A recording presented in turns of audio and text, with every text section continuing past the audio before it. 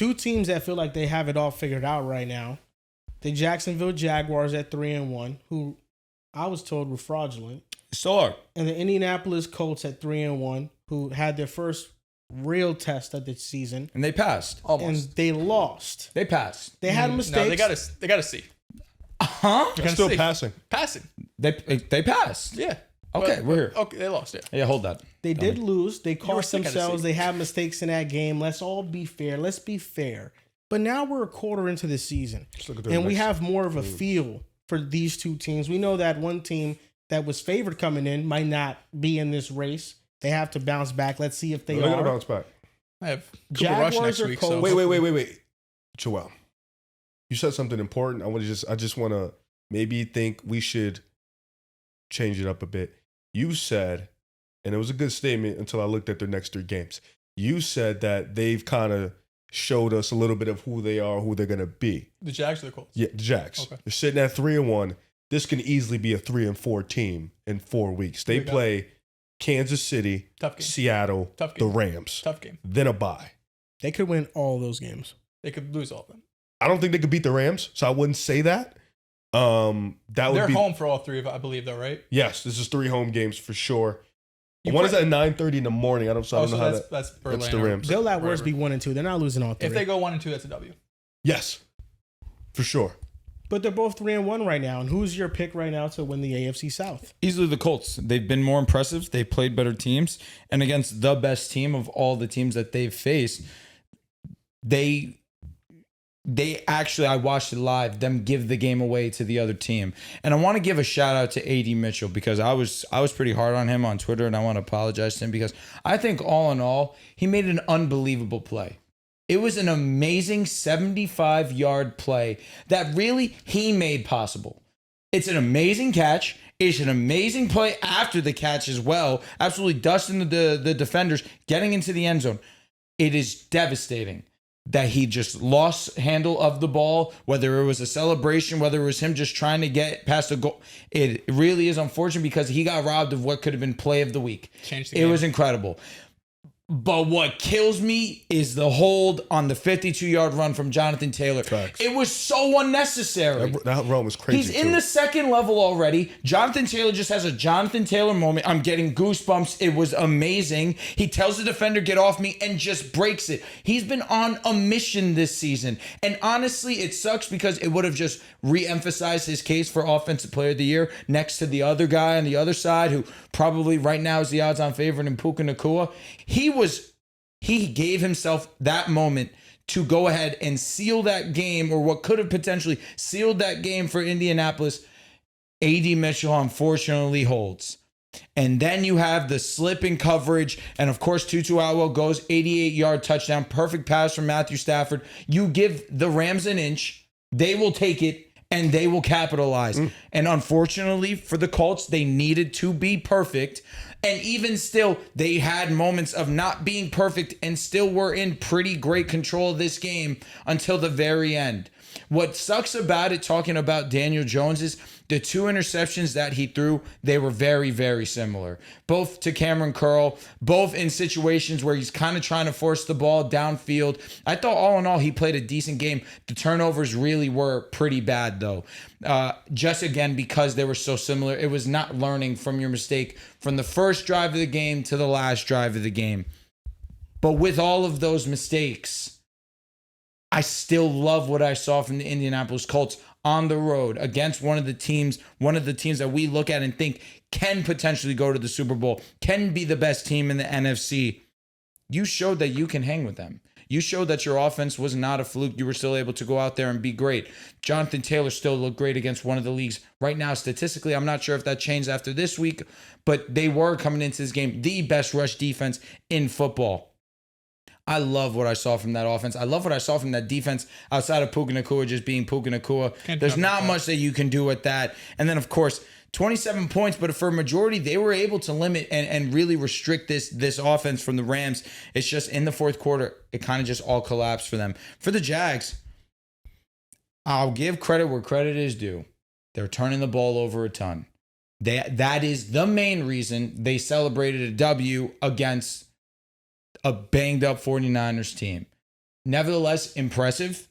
You have to capitalize on mistakes. They definitely did do that. The run game is still great. That was never a concern for me. I thought Trevor Lawrence had moments in this game where he looked really great as well. However, you're not going to get these turnovers all the time. Turnovers are super volatile. What they have been doing is getting at a high volume so far to start this season.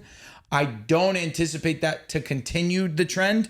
But again, I think the gap between the two offenses from the Colts to the Jaguars is bigger than the Jaguars defense to the Colts defense right now. No, I think it's a big gap. And I think the Colts defense is Swiss cheese. I mean, they're one of the worst defenses in terms of yardage given up per game. And they have some bright spots. The reason why they're vulnerable is that secondary. They don't have nobody. Xavier Howard is guarding Puka Nacua. Harris is on the way. Kenny Moore has an Achilles injury. Their other boundary starting corner, Jalen Jones, is on the IR, and I love Jalen Jones. He has size and he has length. I think he's a good starter. And Charvarius Ward, sometimes he plays, sometimes he doesn't. That's just kind of what he is right now, and hoping that he stays healthy. Latu's breaking out right now, and I think that's a bright spot for them because they have a great edge rusher who's creating pressure. But the Jaguars, their defense isn't just turnover reliant. They've gotten a lot of turnovers, 13 takeaways that leads the NFL, almost 3 per game. That's the most in their franchise's history to start the season. Last year, they only had 9 turnovers. They already have 13 this year. But this is a defense that's 15th in yards given up per game. So is this an elite defense? They played some easy games. Is this a good defense? Yes. I think it's a good, fine defense that plays with aggressiveness. Their free agent signing Jordan Lewis has been great. The Jacks? They haven't played anybody. The 49ers are a great offense. They're banged up to oblivion, and Ricky Pearsall got hurt in this game. They have Ricky Pearsall. They got hurt. Jawan Jennings, CMC. He both left this game. And they have Brock Purdy. Yes. Brock Purdy was terrible. That was the worst game of his career. He had 3 turnovers. Well, no, Baltimore was the worst game of his career. He's playing with a backup tight end. He's playing with their wide receiver 3. He was just really inaccurate. He was. No, Brock Purdy was bad. Don't get me wrong, but they were banged up to oblivion. Ricky Pearsall was... He's so good, man. He's OD. He's so good. Yeah. And Jawan, even him, he made plays in this game. He got banged up too. They were a walking injury. I'll give credit. Yes, it's a good win. But you went up against the worst version of this Niners team. Yeah, that's fair. I think the Rams coming into the Colts game, they had a worse offense than the Chiefs, who have been lifeless on offense to start the entire year. Be serious. No, I'm being serious. Serious. I mean, the Rams' offensive line is very inconsistent, and that's a big reason why they get into lulls. They couldn't score on the Eagles in the second half at all. 31 points against them. We know when the Rams. We know the Rams when they're at their very best. Sure, we know who Kyle Shanahan is. I'm not here trying to disregarding the 49ers I'm offense. here not shortchanging the Jaguars and what they've accomplished. I'm here giving them their acknowledgement. The turnovers, it's impressive. Unsustainable to a certain degree, but impressive.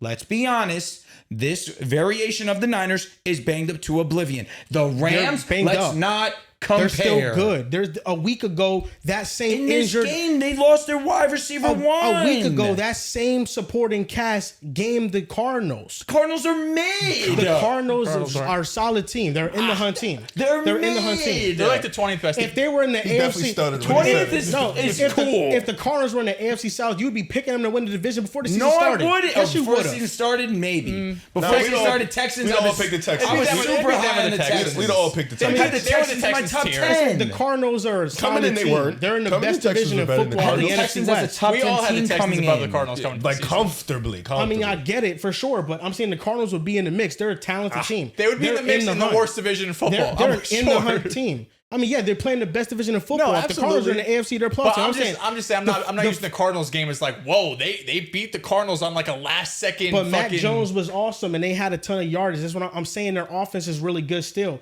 And the Jaguars, it's not just turnover luck. They are battling for the football. Yeah. Anthony Campanile, that's what he instills. He instills that turnover mindset on this football team. And they have a ton of playmakers. Devin Lloyd, the interception he had, that's not a fluke interception.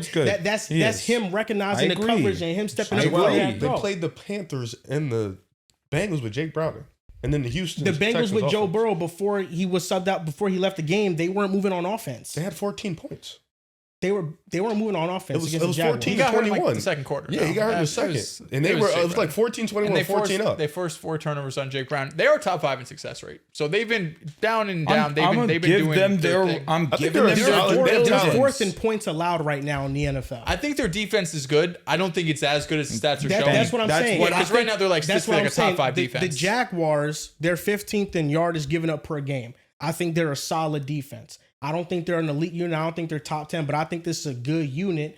And I think the Colts right now, their cornerback room is more concerning than the Jaguars offense. Trevor Lawrence has 4 touchdowns and 3 interceptions on his season, a 74 passer rating. Trevor Lawrence is not going to be playing like that all year. He's playing horrible. Trevor Lawrence is going to play much better. And it wasn't too long ago. We're just hoping and see. We're praying. I'm not hoping it. I think Trevor Lawrence is going to be playing much better. Shane They have the Waldron rushing needs offense. cancer. They have the offensive line. Shane Waldron has nothing to do with this at all. Listen, I'm getting concerned with the wide receiver shit. Trevor Lawrence been 3 years in a row. JSN, Rome, and BT. He's not calling the plays, and guys are open. BTJ has dropped balls on his own. BTJ doesn't drop an easy What's the catch. inaccuracy? 4-0. Yo, I need to go start getting into my bag on the inaccuracy of Trevor Lawrence. It hasn't been good. It's been spotty. he It's hasn't up been and down. accurate. It's up and down. He was accurate against this. I mean, That's what I said. He I gave him he has his flowers suffered the this most game. drops in the NFL. The Bengals game, he And wasn't that accurate. I'm not a Trevor Lawrence franchise quarterback type of guy, but I know that what I'm seeing from him, it's going to improve. And if his wide receivers help him out, the numbers would be much more kinder to him. And I believe in this 16th ranked offense to take a big leap as the season progresses because they have all the pieces. Travis Hunter, after you got that little smoke screen, he might be more on defense. He played a lot of offensive snaps, and he made a big time catch on third down. Trevor Lawrence ripping it over the middle. So I'm looking at the Jaguars. That defense is going to be solid, and then that offense, they're going to finish as a top 10 unit before the season ends. We'll see, because they do have, like I said, they have Chiefs, Seahawks, Rams, so it actually gets competitive now. So we'll see. And listen, you know me, I'm the first to give credit where credit is due. You come out here and start ripping those teams. If he cooks up, because Trevor Lawrence, I think he's an inconsistent quarterback. Talent is there for sure, Definitely. but he's definitely inconsistent in his game style and his accuracy and stuff like that. But you cook the Seahawks and you cook the Rams defense, and I'll give the Chiefs too. All right, then let's see how he looks against Seattle.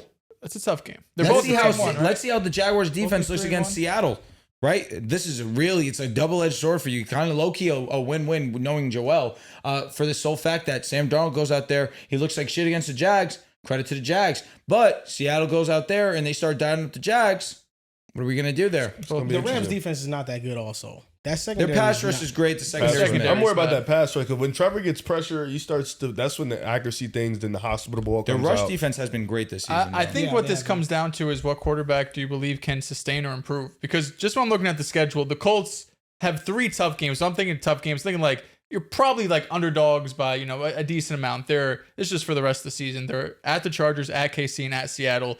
The Jags have 4 quote unquote tough games, but they're all at home. We talked about Kansas City, Seattle, and the Rams. And they also play the Chargers later in the year. So schedule wise, I don't think either has this huge advantage, but I think it's really what comes down to is Daniel Jones continue this level of play, and is Trevor Lawrence going to upgrade his level of play? I feel like that's what it comes down to, because both defenses statistically have been playing fine. The Jaguars have been playing at a really high level, and I think I believe in their defense more in the long term.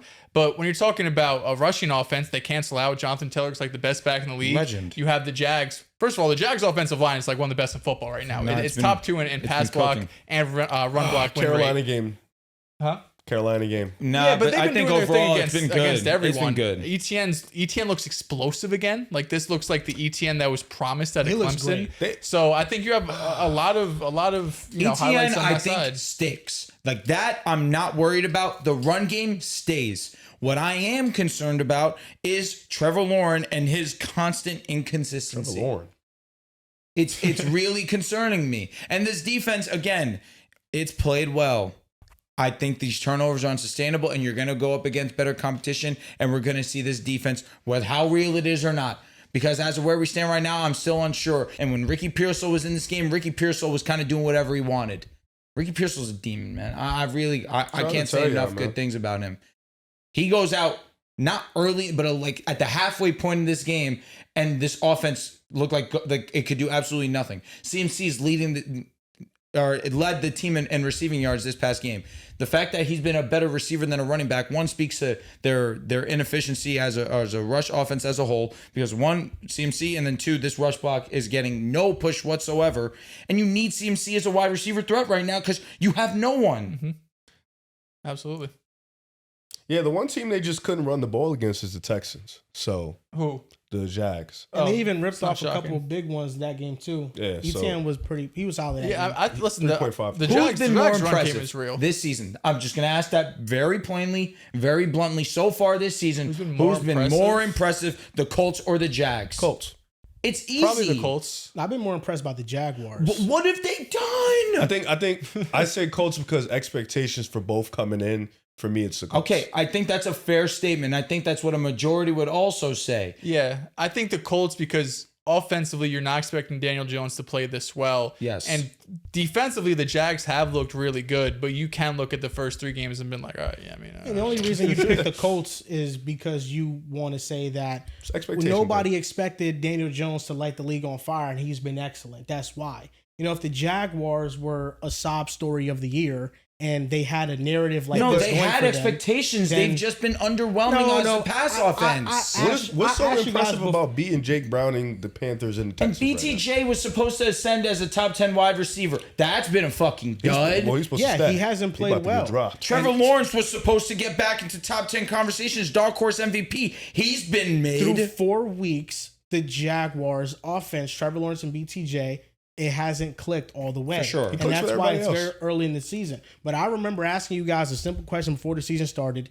If the Jaguars missed the playoffs, is it a disappointment? And you said no. There are no expectations on this team outside of winning 7 games. But it didn't have the same narrative to it as Daniel Jones reviving his career. And that, listen, the Colts have been impressive. And they could have beaten the Rams. They could have been 4-0 right now, the same way the Jaguars could be 4-0 right now. These are 2 teams that are playing amazing football, but I just like the way that the Jaguars defense has played because their offense hasn't been abysmal. It's been average at the very least, and they've ripped off explosive runs. But the way run that is saving defense is them. playing, the way that defensive line is playing, the way Devin Lloyd has ascended, Jordan Lewis has been one of the best free agent signings of the offseason, the way he's playing at nickel. I mean, this Jaguars team, I think them beating the 49ers is a big win, even is. with the It injuries. is. What else? That's their only big win. That's their The big Colts' win. big win is Denver. I just The Colts' big win is Denver, and I sound like a loser. You're taking the Rams one as a win. This is a win if you are a I Colts cannot take that one believer. as a win. No, I know what you're saying. You were competitive against one of the best teams in football. And coming into the season, which is also goes in hand with expectation, if you would have told me, yo, the Colts actually should have won this game, like very bluntly, they should have won this game. They gave it to the Rams. They were the better team for 3/4 of this game. Would you have believed that? No, not at all. Yeah, I don't know. The Jags, I think they're playing good football. I think they're playing well. I think the Colts also, the story makes sense. Daniel Jones, Shane Steichen, Jonathan reviving another Taylor being quarterback. back, that is But I always feel insane. like for us at this table, we respect JT more than the normal. We respect him, but getting back to the best in the league, I don't think any of us had that in the cards. Also didn't think like Derrick Henry would be playing bad right now. Saquon would be playing like they would still be at that level, so we'd be having that conversation. And my go James Cook entered this combo. No, James Cook's amazing. I think the Colts, just JT's an amazing talent, right? But I just playing good football is one thing. Being impressed about who you beat, I think that's the difference. I don't think I agree. I think, in my opinion, I don't think I'm super impressed by who either team has really beaten. Outside of like Denver is a big win. The Niners, I do agree because I picked the Niners, so I think that's a big win.